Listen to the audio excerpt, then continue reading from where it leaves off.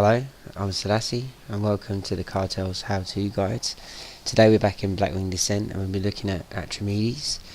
Atramides is a Dragonkin boss. The unusual thing about Atramides is he's blind, so the whole fight works on a sound mechanic. Sound meter will pop in your UI, and various abilities, if you're hit with them, will increase the amount of sound you've got. If you get to 100 sound, Atramides will be able to see you, and then he'll be able to kill you. Around the outside of the room, you'll notice that on each side there's 4 sort of shield type gongs. They're dwarven shields. Now when you pop those, they'll reset his sound meter. You'll need to use one for Searing Flames. Searing Flames is cast on a timer.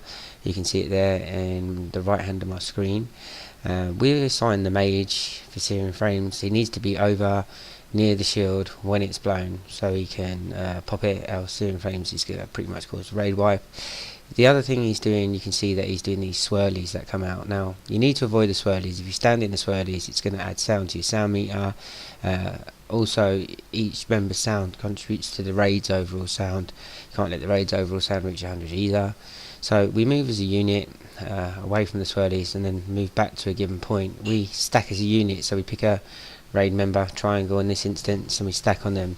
Another ability that it'll do will be tracking, so he'll target a random raid member and then track them with fire. As you can see, he's just finishing off one there. So essentially what we do is we have that member go to the right and the rest of the group stays there and moves to the left a little bit and then moves back, so we're not all getting hit with tracking. So it's about missing tracking and missing these sound buffs that come out. It's quite easy if you assign a person to follow, and then you just keep communicating on vent and move. We pushed them into an air phase now. An air phase, at the beginning of air phase, you'll generally blow a gong to decrease your sound meter. He's going to pick someone and track them, so they have to run away, and it's going to put fire on the floor and leave chain of fire, so be conscious about where you're running. He's also going to drop these swirly debuffs on the floor. Again, just don't stand in them, just don't stand in fire. They all add to your sound meter, and the aim of the game is to keep your sound meter as low as possible. We have to blow another gong as well before we move into phase 2 primarily. Bring him down, and then we restack back on our position, which we'll have a light well set up as well, so you can do some self healing, so on and so forth. So again, we're going to stack back up, and then we're going to avoid the swirlies to minimise the amount of sound that we're building up. That's the whole purpose of the fight. And be stacking to avoid tracking. If someone gets afflicted with tracking, you run around to the right in a semicircle, running in towards the boss's body. See, but tracking's on chicken here, so he's running around to the right, we run to the left, we avoid the swirlies and avoid the tracking, restack back in our original position, rinse and repeat between this ground phase and the air phase. It's all about knowing when to blow your gongs, making sure that you've got Searing Flames covered, so it's blowing out Searing Flames just like that was there, and that you communicate well on vent, and no one does silly things and builds up sound unnecessarily. If you stand, you see how we're standing at a certain range from the boss, it's quite ranged heavy. The fight only really requires one tank, so you can have quite a heavy range set up here. As you can see, tracking going round to the left, to the right, we're going to the left, and then restacking. Self-healing when you need to, rinse and repeat. So I believe it will be going into an air phase pretty soon. So again, just avoid getting sound. You're going to get a reset here, but don't stack it unnecessarily. The person who gets tracked needs to move around the outside of the room.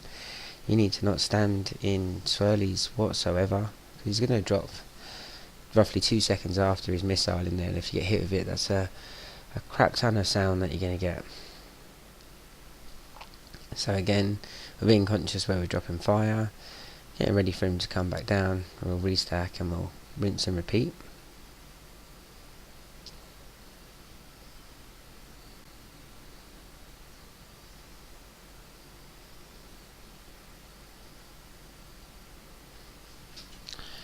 I mean, the wipes you'll get in this always will be to do with people not paying attention, getting hit with swirlies, or getting hit by the fire because they don't realise that gives them sound as well. Anything bad in sort of your raiding 101 handbook is going to give you sound, so it is a really easy fight to conquer as long as people can take instruction and be where they need to be. Don't get hit by stuff. As you can see there, people are unnecessarily sometimes getting hit with the swirlies. It's max camera range angle fight, in my opinion.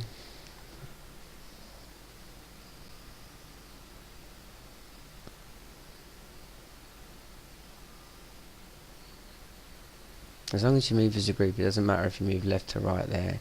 You should know when tracking's coming from looking at your DBM. Looks like we'll be pushing him into possibly the last air phase. That was a bit of a bad track in there, so it gives you a good idea of how damaging that could be if you get it wrong. I got it majorly wrong, obviously, so I'll be hoping for a battle res here.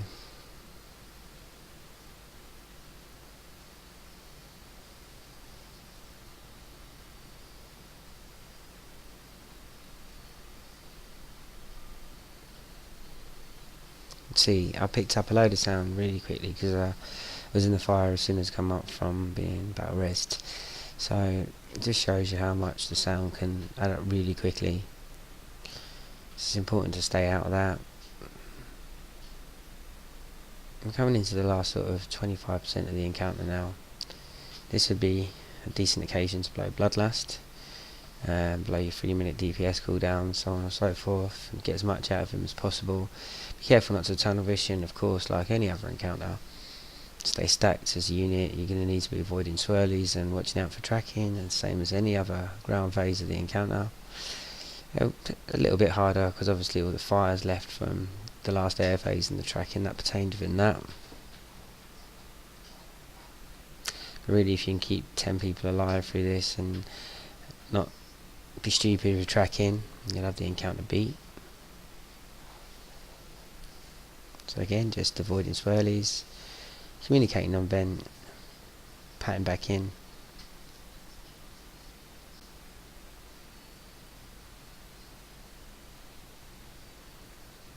See, we've still got 6 shields left.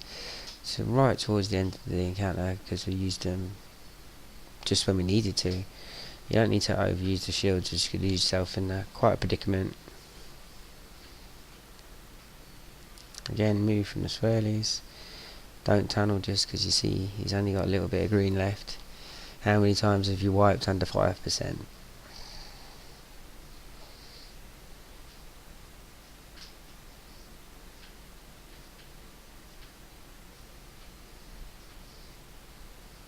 Okay, so he goes into an air phase here. I've probably called just for DPS on atramides at this point, but still, if you're being tracked, run like crazy.